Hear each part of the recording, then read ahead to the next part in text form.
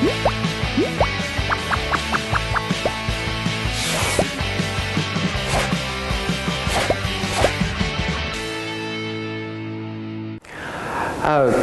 so we're back with another IELTS speaking tip for you.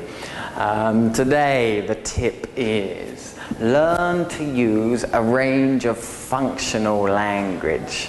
Now, this probably applies most to maybe part 3 of the speaking test, but also it applies to part 1 and part 2, but really more part 3. So, you've got to think about the kind of things you're going to have to talk about in the test. For instance, in part 3, you're asked to give your opinion on things. So, it's really important that you learn a wide range of ways to give your opinion. Now, I know a lot of students, maybe they like to say, I think, okay, and then give their opinion. Now, it's great to do this, but only give this answer once. They're going to ask you probably, I don't know, about 9 or 10 questions in speaking part 3. So you've got to make sure that you have different ways to give your opinion. Another popular one would be in my opinion. But there are literally hundreds of ways to give your opinion.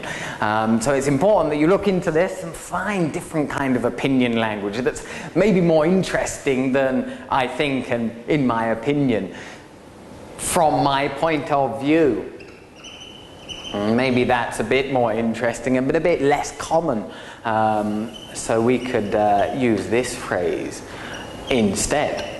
And again, it's not just opinion language. You're thinking about language where you need to speculate. Now, we've said before, part 3 could be speculating or predicting the future.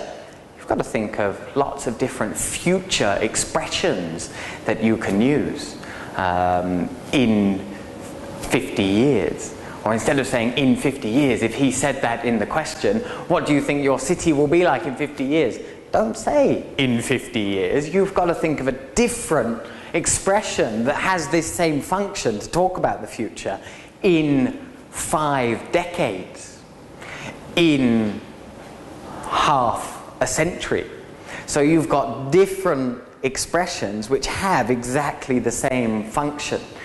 And it's very important to do this because it shows, and what we talked about before, your lexical resource and your ability to use different kinds of vocabulary and not just copy the language that the examiner is using. So definitely a very important thing here. Learn to use a range of functional language specifically for different parts of the IELTS speaking test. So there we go. That's our tip for today.